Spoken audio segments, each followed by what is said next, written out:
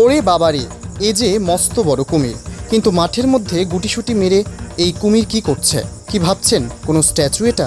না না, এটা একটা আসল কুমির। কিন্তু কোথা থেকে মিলল এই কুমির? কেনই বা এটাকে ধরে মাঠের মাঝখানে রাখা হয়েছে? জানুন সব বিস্তারে। কুমির উদ্ধার ঘিরে চাঞ্চল্য। ঘটনাটি ঘটেছে কুলতলির বালা হারিনিয়া গ্রামে।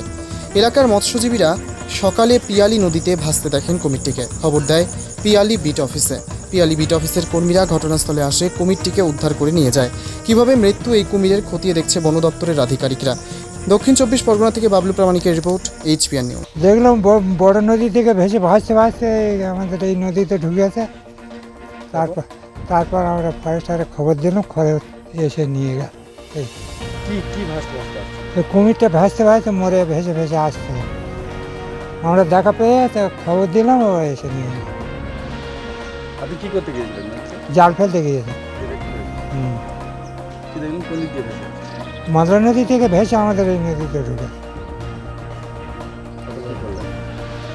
তারপর ওই ঠেলে ঠেলে ওই জঙ্গলের মধ্যে ঢুকে দিয়ে খবর দিলাম, এসে নিয়ে গেল। কি নাম আপনার? সনাতন দাস।